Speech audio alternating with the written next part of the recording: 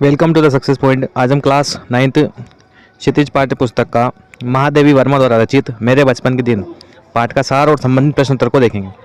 तो महादेवी वर्मा जी जो है अपने बचपन के दिनों को याद करते हुए इस पाठ में बताती हैं कि लेखिका के परिवार में पहले लड़कियों को जन्म लेते ही मार दिया जाता था, इसलिए उनके कुल में 200 वर्षों तक कोई लड़की नहीं हुई।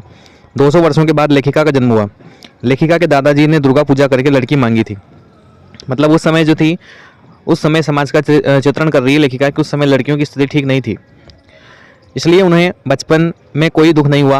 क्योंकि लेखिका का जो जन्म है वो 200 सालों के बाद में हुआ था, इसलिए सब उनको मानते थे और विशिष्ट पूजा करवा करके ही जो उनका जन्म हुआ था, इसलिए लेखिका को परिवार में कोई समस्या नहीं थी। लेखिका को उर्दू और फारसी, अंग्रेजी तथा संस्कृत भाषाओं को पढ़ने की सुविधा प्राप्त थी। हिंदी पढ़ने के लिए तो उन्हें उनकी माँ ने ही प्रेरित किया था। लेखिका को हिंदी और संस्कृत पढ़ने में तो बहुत ही आनंद आया, किंतु उर्दू और फारसी पढ़ने में उनकी रुचि नहीं जगी। मिशन स्कूल दिनचर्या भी उन्हें अपनी ओर आकर्षित न कर सकी। मिशन स्कूल से तात्पर्य जो ईसाइयों के जो स्कूल होते हैं उनको मिशन स्कूल कहते हैं, तो उनको उनमें भी वो नहीं गई, इसलिए उन्हें क्रोस्थवेट गर्ल्स कॉलेज में भर्ती कराया गया था। वहाँ उन्हें हिंदू व ईसाई लड़कियों के साथ रहने का अवसर मिला। तो उस कॉलेज में हिंदू और ईसाई लड़कियाँ दोनों ही जो प्रेम भाव से रहती थी। लेखिका जिस छात्रावास में रहती थी वहाँ हर कमरे में 4-4 छात्राएं रहती थी। लेखिका के कमरे में सुभद्रा कुमारी चौहान भी थी, जो वहाँ की सीनियर छात्रा थी। सुभद्रा कुमारी चौहान का भी साहित्य के क्षेत्र में बहुत बड़ा नाम है।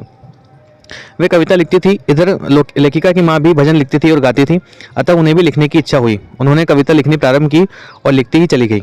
एक दिन महादेवी के द्वारा छिप छिप कर कविता लिखने की भनक सुभद्रा कुमारी चौहान के कानों में पड़ी, तो उन्होंने लेखिका की कॉपियों में से कविताएं ढूंढकर उनके विषय में सारे छात्रावास को बता दिया।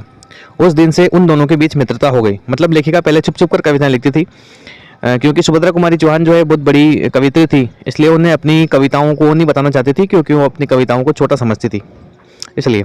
लेकिन उनको पता चली गया। फिर दोनों ही खेल के समय साथ ही बैठकर कविता लिखने लगी। उनकी तुकबंदी कर लिखी गई कविता स्त्री दर्पण नामक पत्रिका में प्रकाशित हुई। अब उन्होंने जो भी आपस में बातचीत करके जो कविता लिखी दोनों ने, तो वो कविता स्त्री दर्पण नामक पत्रिका में प्रकाशित हुई। सन 1917 के आसपास हिंदी के प्रचार का समय था, अतः उन दिनों कवि सम्मेलन खूब होने लगे थे।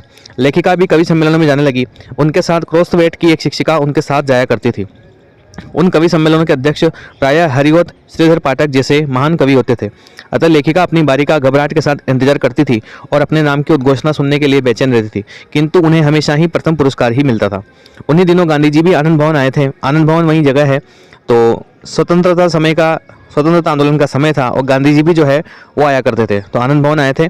लेखिका भी अन्य छात्राओं के साथ उनसे भेंट करके जेब खर्च से बचाकर कुछ पैसे उनको देने गई थी कि भाई हमारी तरफ से देश को आज़ाद कराने के लिए योगदान है ना। उन्होंने कवि सम्मेलन में पुरस्कार स्वरूप मिला एक चांदी का कटोरा। मतलब लेखिका को एक कवि सम्मेलन में जब उन्होंने कविता पाठ किया तो उनको प्रथम पुरस्कार मिला और उसको पुरस्कार के रूप में एक चांदी का कटोरा मिला।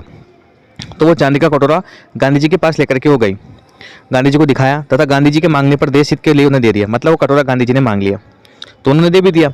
वे गांधी जी को वह कीमती तथा स्मृति चिन्ह रूपी कटोरा भेंट करके बहुत खुश हुई कि भाई मेरा जो पुरस्कार है वो किसके काम में आएगा, देश हित में वो काम में आएगा। छात्रावास का जीवन, लेकिन मैं बता दूं आपको, कटोरा देने पर वो खुश तो हुई थी परंतु साथ में दुखी भी हुई थी। दुखी इसलिए हुई थी, गांधी जी ने एक भी ये नहीं पूछा कि भाई ये कटोरा जो है, जिस कविता के लिए तुम्हें कटोरा मिला है तो तुम कहीं वो कविता भी मुझे सुना दो। तो गांधी जी कविता सुनने में उन्होंने कोई रुचि नहीं जगाई, इसलिए कवित्री जो है वो दुखी थी। छात्रावास का जीवन जाति पाति के भेदभाव से दूर आपसी प्रेम से भरा हुआ था और एक परिवार जैसा था। अतः जेबुन नाम की एक मराठी लड़की लेखिका का सारा काम कर देती थी। वह हिंदी तथा मराठी भाषा का मिला जुला रूप बोलती थी। वह अच्छी हिंदी नहीं जानती। वहाँ एक बेगम थी जिनको मराठी बोलने पर चिढ़ होती थी। हम मराठी हैं, हम मराठी ही बोलेंगे। ये कौन कह रही है? वो जो मराठी लड़की वो कह रही है। उन दिनों देश में सर्वत्र पारस्परिक प्रेम सद्भाव का वातावरण था, अतः अवध की छात्राएं अवधी, बुंदेलखंड की बुंदेली बोला करती थी। इससे किसी को कोई आपत्ति नहीं थी। मेस में भी हम सभी एक साथ खाना खाती थी। मेस का जब खाना बनता था एक साथ खाना खाती थी। एक ही स्वर प्रार्थनाएं भोजन मंत्र बोलती थी। इसमें कोई झगड़ा नहीं होता था। लेखिका का परिवार जहाँ रहता था वहाँ एक जवारा की बेगम साहिबा का परिवार भी रहता था। जवारा एक जगह का नाम है। उनके परिवारों में बहुत घनिष्ठता थी। उनके बीच कोई जाति एवं धर्म संबंधी भेदभाव नहीं था। वे एक दूसरे के जन्मदिन पर परिवार जैसे मिलते जुलते थे।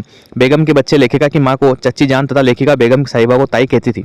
लेखिका राखी के दिन बेगम साहिबा के बच्चों को राखी अवश्य बांधती थी तथा मुहर्रम के दिन बेगम साहिबा लेखिका के लिए कपड़े अवश्य बनवाती थी। मतलब दोनों के बीच में जो है सांप्रदायिक सद्भाव देखने को मिलता है। लेखिका के घर जब छोटे भाई का जन्म हुआ तो बेगम साहिबा ने मांग कर नेक लिया था। मतलब ये प्रेम की बात है। उसका नाम मनमोहन भी उन्हीं ने रखा। मतलब लेखिका के जो भाई का नाम है वो मनमोहन किसने रखा? उन्हीं ने रखा। किसने? जवारा की बेगम साहिबा ने। वहीं मनमोहन वर्मा पढ़ लिखकर प्रोफेसर बने तथा बाद में जम्मू विश्वविद्यालय तथा गोरखपुर विश्वविद्यालय के कुलपति भी उपकुलपति भी बने। आइए हम इसके क्वेश्चन आंसर को देखते हैं। पहला प्रश्न, में उत्पन्न हुई तो मेरी बड़ी खातिर हुई और मुझे वह सब नहीं सहना पड़ा था जो अन्य लड़कियों को सहना पड़ता है। इस कथन के आलोक में आप यह पता लगाएं कि उस समय लड़कियों की दशा कैसी थी। तो लेखिका का जन्म उनके परिवार में 200 वर्षों के बाद होने से परिवार में उनका खुशी से स्वागत सत्कार किया गया। उस समय 1900 के आसपास भारत में लड़कियों की दशा बहुत शोचनीय थी। लोगों का दृष्टिकोण संकीर्ण था, छोटा था, मतलब छोटी सोच वाले लोग थे। लड़कियों को जन्म देते ही मार दिया जाता था, उन्हें बोझ समझा जाता था। यदि उनका जन्म हो जाता तो पूरे घर में मातम छा जाता। लड़कों को ही महत्व दिया जाता था। महादेवी वर्मा अपने एक संस्मरण में लिखती हैं, बैंड वाले, नौकर चाकर सब लड़का होने की प्रतीक्षा में खुश बैठे रहते थे। यानी कि उनको लड़का होने पर क्या दिया जाएगा, कुछ ना कुछ पैसा जरूर दिया जाएगा। जैसे ही लड़की होने का समाचार मिलता सब चुपचाप विदा हो जाते। ऐसे वातावरण में लड़कियों के पालन पोषण तथा पढ़ाई लिखाई आदि पर ध्यान नहीं दिया जाता था। समाज में बाल विवाह, दहेज प्रथा और सस्ती प्रथा जैसी अनेक कुरीतियां फैली हुई थी। प्रश्न नंबर 2, मैं उत्पन्न हुई तो मेरी बड़ी खातिर हुई और मुझे वह सब नहीं सहना पड़ा जो अन्य लड़कियों को सहना पड़ता है। इस कथन के आलोक में आप बताएं कि लड़कियों के जन्म के संबंध में आज कैसी परिस्थितियां हैं। तो आज लड़कियों के जन्म के संदर्भ में परिस्थितियां थोड़ी बदली हैं। आज शिक्षा के माध्यम से लोग सजग हो रहे हैं। लड़का लड़की का अंतर धीरे धीरे कम हो रहा है। आज लड़कियों को लड़कों की तरह पढ़ाया जाता है, उन्हें उन्नति के समान अवसर प्राप्त है, परंतु लड़कियों के साथ भेदभाव पूरी तरह समाप्त भी नहीं हुआ। आज भी भ्रूण हत्याएं हो रही हैं, कहीं कहीं दहेज संबंधी अत्याचार आज भी होते हैं। सरकार लड़कियों की स्थिति में सुधार के लिए प्रयास कर रही है। जो निःशुल्क शिक्षा स्कूलों में दी जा रही है वो लड़कियों की शिक्षा में एक महत्वपूर्ण कदम है। लेखिका उर्दू फारसी क्यों नहीं सीख पाई थी। लेखिका को उर्दू फारसी में बिल्कुल रुचि नहीं थी। उनके शब्दों में ये अवश्य चाहते थे कि मतलब जो उनके दादाजी बाबा अवश्य चाहते थे कि मैं उर्दू फारसी सीख लूं, लेकिन वह मेरे वश की नहीं थी। इसलिए जब उन्हें उर्दू पढ़ाने के लिए मौलवी साहब घर में आते थे तो लेखिका चारपाई के नीचे छिप जाती थी। लेखिका ने अपनी माँ के व्यक्तित्व की किन विशेषताओं को उल्लेख किया है। महादेवी की माताजी धार्मिक स्वभाव की महिला थी। वे नित्य पूजा पाठ किया करती थी। वह ईश्वर में आस्था रखती थी। सवेरे प्रभात और शाम को मीरा के पद गाती थी। वे रामायण का पाठ करती थी। उन्हें हिंदी तथा संस्कृत का अच्छा ज्ञान था। माँ ने उन्हें सबसे पहले पंचतंत्र पढ़ने को दी। पंचतंत्र में विशेष प्रकार की कहानियां होती है, तो माँ ने उनको पढ़ने के लिए दी, जिससे हिंदी के प्रति उनकी रुचि जागृत हुई। प्रश्न नंबर 5, जवारा के नवाब के साथ अपने पारिवारिक संबंधों को लेखिका ने आज के संदर्भ में स्वप्न जैसा क्यों कहा। जवारा के नवाब के साथ महादेवी वर्मा के पारिवारिक संबंध उनके सगे संबंधियों से भी अधिक बढ़कर थे। दोनों परिवारों के बच्चों के जन्मदिन एक दूसरे के घर में मनाए जाते थे। जवारा की बेगम को महादेवी ताई कहकर बुलाती थी और उनके बच्चे जो है उसको चची जान कहते थे, है ना। और उनके भाई का नामकरण भी नहीं किया था। वे हर त्यौहार एक साथ मनाते। महादेवी राखी नहीं बांधती जब तक महादेवी राखी नहीं बांधती थी तब तक वे अपने बेटे को पानी भी नहीं पीने देती थी। बेगम साहिबा के घर में अवधी बोली जाती थी, परंतु हिंदी और उर्दू भी चलती थी। पहले वातावरण में जितनी निकटता थी वह सब सपना हो गई। ऐसे आत्मीय संबंधों की आज के समय में कल्पना भी नहीं की जा सकती।